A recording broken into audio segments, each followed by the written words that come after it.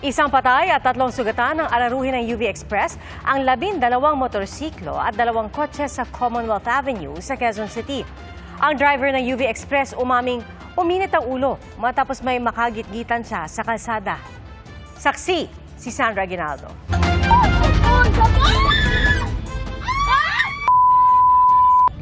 Nagulantang ang mga motoristang yan nang masaksihan ang pag-aararo ng isang UV Express sa ilang motorcycle rider sa Commonwealth Avenue.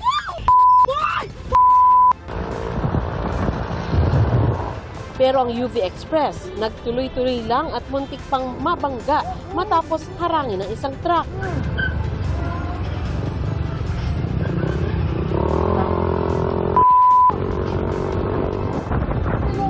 Pero nakaalpas pa rin ito at kumaliwa sa U-turn slot.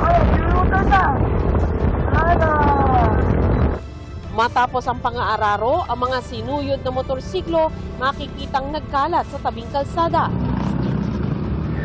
Ganito naman ang sinapit ng UV Express matapos ang pang-aararo. Ang suspect na aresto rin kinalaunan at dinala sa Sector 5 ng QCPD Traffic Enforcement Unit. Napasugod doon ang ilan sa kanyang mga sinagasaang rider, pati driver ng isang kotse na malaki ang sira matapos atrasan umano ng UV Express habang tumatakas ito. Base sa paon ng investigasyon, 12 motorsiklo at 2 kotse ang tinamaan ng UV Express. Ayon kay Police Lieutenant Colonel Joseph Lim, hepe ng Traffic Enforcement Unit, isang napaulat na namatay habang 3 naman ang sugatan. Pero posible pang tumaas ang bilang ng nasaktan habang pumapasok ang ibang impormasyon. Habang nagdadrive ako sa sa kabaan ng Commonwealth,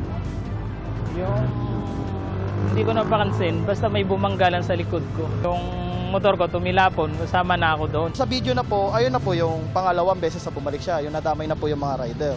Katwiran ng driver ng UV Express, may nakagitgitan siya sa kalsada na naging dahilan para uminit ang kanyang ulo. Yung isang motorsiklo po, nagkaroon po kami ng kalsada po. Pakapit mo kaya kaya tatayuan? Pirian? Opo. Tapos biglang nagkaroon po kami dalawa. Tapos nagtalanta po ako kasi sumusugod din kami kung tulong sila. Wala na sa